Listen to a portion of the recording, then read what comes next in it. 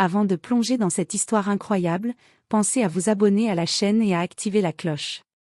Ici, chaque récit a quelque chose à dire, et vous ne voudrez pas en manquer un seul. Lily Carter n'avait jamais vu le visage du soleil. Depuis sa naissance, l'obscurité avait enveloppé son monde d'un voile épais et silencieux. Cette cécité, loin d'être un simple handicap, avait façonné sa perception du monde de manière intime et sensorielle. Elle apprenait à voir autrement, par le toucher des objets, le relief des murs craquelés, la douceur rugueuse des tissus usés, la chaleur ou la froideur de chaque surface sous ses doigts. Son ouïe était fine, captant les moindres bruissements, le souffle du vent dans les branches, les pas incertains d'un chat errant dans la ruelle, la voix rauque des vendeurs ambulants qui hurlaient leurs marchandises. Elle sentait aussi les odeurs, la fumée âcre des incendies de poubelles, le mélange de café noir et de vieux papier dans le café du coin, l'odeur piquante de la pluie mêlée à celle de la poussière. À 15 ans, Lily connaissait chaque texture, chaque son, chaque parfum de la petite maison délabrée où elle vivait. Cette maison avait été autrefois un refuge, mais avec le temps elle était devenue un symbole de confinement. Les murs jaunis par le temps portaient les traces de la pauvreté et de la négligence, la peinture écaillée, les fissures qui serpentaient le long du plafond, les fenêtres dont les vitres étaient cassées ou voilées de saleté. Malgré tout, c'était le seul foyer qu'elle avait jamais connu, et elle en apprenait chaque recoin avec une précision presque tactile, presque amoureuse. Mais ce foyer, Lily l'avait aussi associé à une autre présence, celle d'Evelyn Carter, sa mère. Evelyn était une femme d'une quarantaine d'années, dont le visage portait les marques d'années de lutte, de déception et d'amertume. Ses yeux, autrefois vifs, étaient maintenant ternis par la fatigue et une colère froide, presque permanente. La tendresse semblait s'être évaporée de ses gestes, remplacée par une distance rigide, un silence pesant. Elle vivait dans un perpétuel combat contre elle-même, contre la vie, contre la misère qui l'étouffait. Chicago n'était pas tendre avec elle. Leur quartier était un labyrinthe de rues étroites et sales, bordé d'immeubles aux façades taguées, souvent abandonnés ou laissés à l'abandon. C'était un endroit où l'espoir avait du mal à pousser, où chaque jour était une lutte pour survivre. Le bruit constant des sirènes, les disputes dans les ruelles, les regards méfiants des passants, tout cela formait un paysage sonore oppressant et hostile.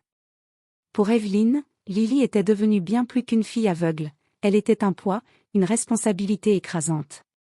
Ce qu'Evelyn avait sacrifié pour élever sa fille, elle ne l'avait jamais vraiment exprimé. Mais chaque jour qui passait, son amour semblait s'étioler, se transformer en rancune sourde. La fatigue accumulée, les rêves brisés et l'amertume de sa propre vie l'avaient rendue dure, froide. Elle ne supportait plus la dépendance de Lily, les contraintes qu'elle imposait à sa liberté. Le regard qu'elle posait sur sa fille n'était plus celui d'une mère aimante, mais celui d'une femme piégée, qui voyait dans cet enfant un obstacle à son propre bonheur, une entrave à son désir d'évasion. Lily, elle, ressentait cette distance.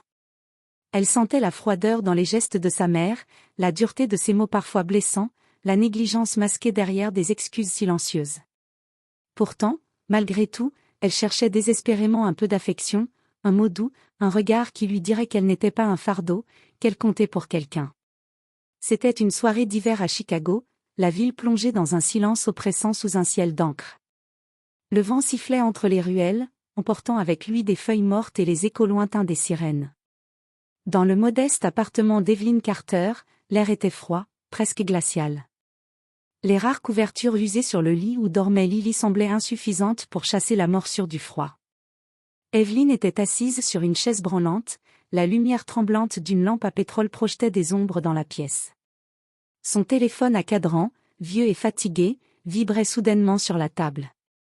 Elle répondit d'une voix tendue, le cœur battant avec une urgence confuse. « Allô » dit-elle, la gorge serrée. À l'autre bout du fil, la voix rauque de Richard Blackwood, un homme dont elle avait entendu parler dans les cercles d'affaires, se fit entendre. Une voix pleine d'assurance, presque sinistre dans sa détermination. « Evelyn, je sais ce que tu cherches. Je veux cette fille. Elle est parfaite. Je t'en donnerai 50 000 $. 50 000 $, Evelyn. Pense à tout ce que tu pourrais faire avec ça. » Le silence s'installa un instant. Evelyn laissa échapper un souffle tremblant. 50 000 $. Une somme colossale, inimaginable pour elle. Une promesse d'évasion de cette vie étouffante, de dettes impayées, de nuits sans fin à craindre le lendemain. Elle répéta, presque pour se convaincre. 50 000 $.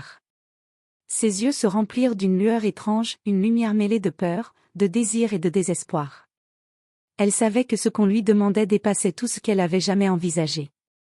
Elle vendait bien plus qu'une enfant. Elle détruisait l'innocence de Lily, ce trésor fragile qu'elle avait juré de protéger, même si cet engagement s'était effrité avec le temps. Pourtant, la pauvreté lui broyait les entrailles comme un étau sans fin. Chaque jour était une lutte pour survivre, un combat perdu d'avance. L'argent semblait être la clé, la seule issue possible pour respirer à nouveau, pour rêver d'un avenir meilleur. L'instant de vérité. Le lendemain matin, l'appartement était plongé dans une pénombre silencieuse. La lumière blafarde du petit matin filtrait à peine à travers les rideaux déchirés.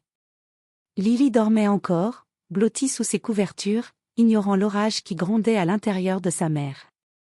Evelyn s'approcha doucement, le visage marqué par l'insomnie et l'angoisse.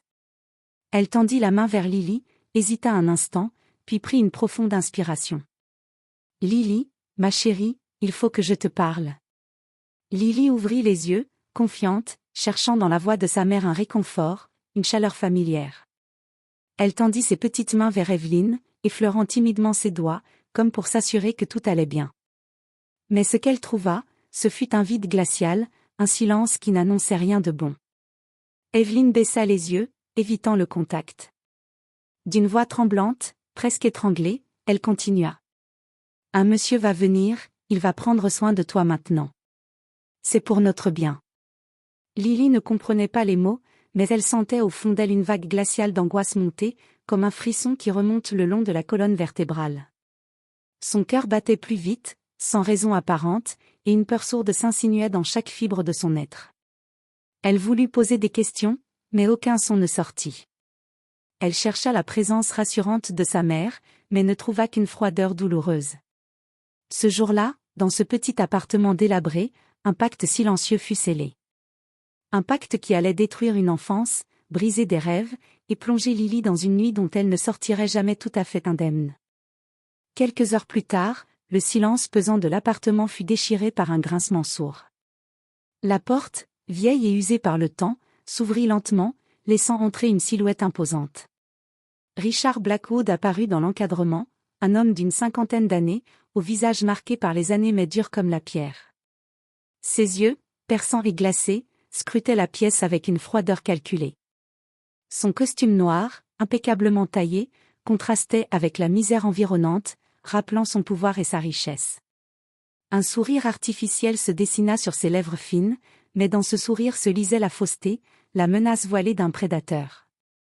Il s'avança dans la pièce avec une assurance presque arrogante, chaque pas résonnant comme une sentence. « Lily, » dit-il d'une voix douce, presque mielleuse, mais qui portait une menace sourde, invisible mais palpable, « je suis celui qui va s'occuper de toi. » Lily, prise au dépourvu, recula instinctivement. Ses mains s'étendirent devant elle, palpant l'air comme pour dessiner un mur invisible entre elle et cet homme.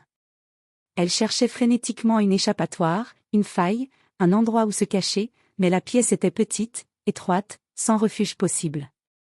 Le cœur battant à tout rompre, elle sentit la peur envahir chaque parcelle de son corps. Sa respiration s'accéléra, rapide et saccadée, tandis que son instinct lui criait de fuir, de se protéger. Mais dans l'obscurité qui l'entourait, elle était une proie sans défense.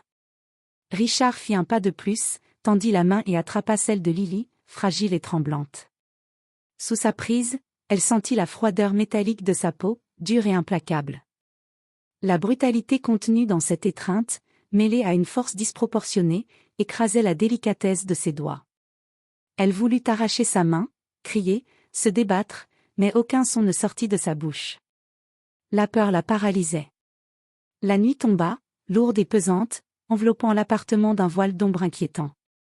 Les murs semblaient se resserrer autour d'elle, emprisonnant Lily dans un cauchemar éveillé dont elle ne pouvait se réveiller.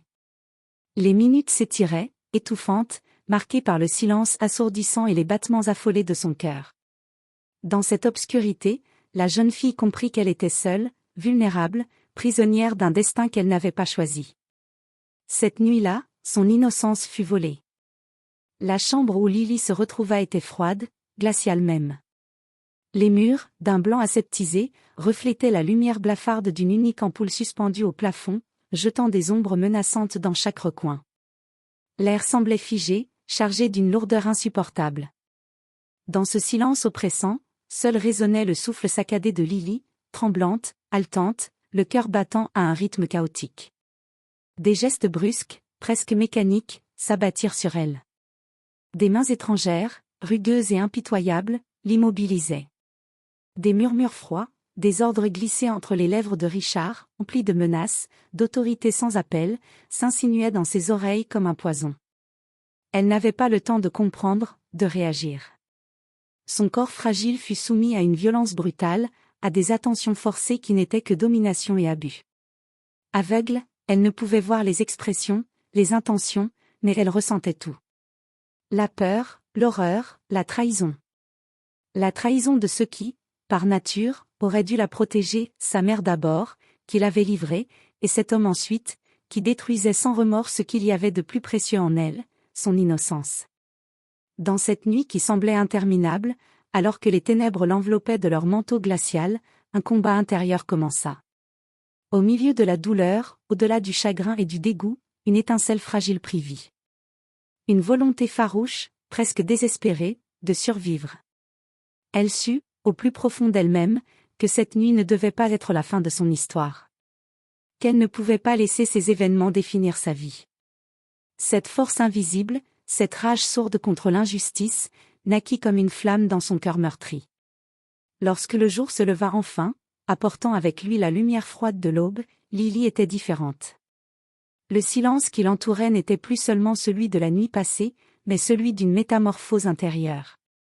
Elle devint muette, refermée sur elle-même comme un coquillage referme sa perle.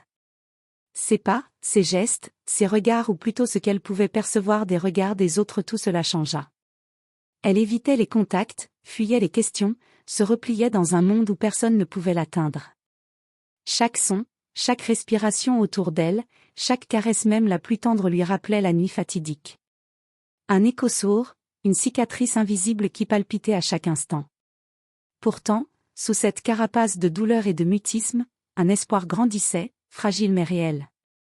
L'espoir d'une vie meilleure, d'une liberté dont elle avait été privée.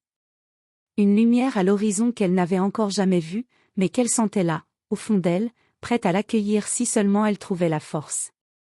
Elle savait que pour survivre, il lui faudrait lutter. Trouver un moyen de s'échapper, de se reconstruire, de ne plus jamais laisser quelqu'un d'autre décider de son destin. Les semaines passaient, mais dans le silence et l'ombre, Lily continuait de se battre. Son corps portait encore les marques invisibles de cette nuit d'horreur, mais son esprit, lui, cherchait désespérément une lumière, une main tendue. Cette lumière, elle la trouva là où elle ne l'attendait pas, auprès de James Reynolds. James Reynolds était un jeune avocat dynamique, dans la trentaine, au regard vif et à l'énergie infatigable. Il avait grandi dans un quartier populaire, loin des privilèges, et son parcours personnel l'avait conduit à consacrer sa vie à la défense des victimes d'injustice, particulièrement celles touchées par les abus et le trafic humain. Pour lui, chaque cas n'était pas juste un dossier, mais une vie à sauver, une voix à redonner. Un jour, grâce à une association locale, James fut mis en contact avec Lily. Lorsque cette dernière raconta son histoire, dans une voix timide mais pleine d'une sincérité poignante, James sentit en elle une force incroyable, une volonté farouche de ne pas être réduite au silence. « Lily, lui dit-il un jour, je te promets que nous allons tout faire pour que justice soit faite. Tu n'es pas seule. » Avec James à ses côtés, Lily entama un long chemin de reconstruction. Ce chemin était semé d'embûches, de douleurs et de doutes, mais aussi de petites victoires. Grâce au soutien juridique de James, elle osa d'abord raconter, décrire, affronter son passé. Parler fut une arme nouvelle, un acte de courage qui lui permit de reprendre peu à peu le contrôle de sa vie. James ne se contentait pas d'être son avocat. Il devint un mentor, un ami, un pilier. Il lui présenta des psychologues spécialisés, des groupes de parole où Lily put rencontrer d'autres survivantes et comprendre qu'elle n'était pas seule dans sa douleur. Chaque séance, chaque rencontre, chaque mot échangé la renforçait un peu plus. Petit à petit, Lily apprit à s'affirmer. À dire non. À refuser d'être définie par son traumatisme.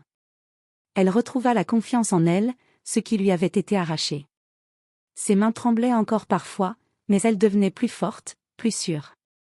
Sa voix, autrefois effacée, se faisait de plus en plus claire, déterminée. Elle commença aussi à rêver à nouveau, pas des rêves naïfs, mais des projets concrets, un avenir qu'elle pouvait envisager. Elle reprit ses études, s'intéressa à l'apprentissage du braille et aux nouvelles technologies pour aveugles.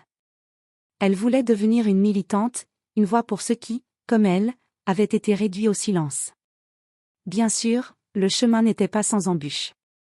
Les ombres du passé revenaient souvent hanter ses nuits, réveillant ses peurs. Mais cette fois, elle n'était plus seule face à elle. Avec James, elle affrontait les ténèbres, exposant la vérité au grand jour, combattant Richard Blackwood et tous ceux qui croyaient pouvoir étouffer sa voix.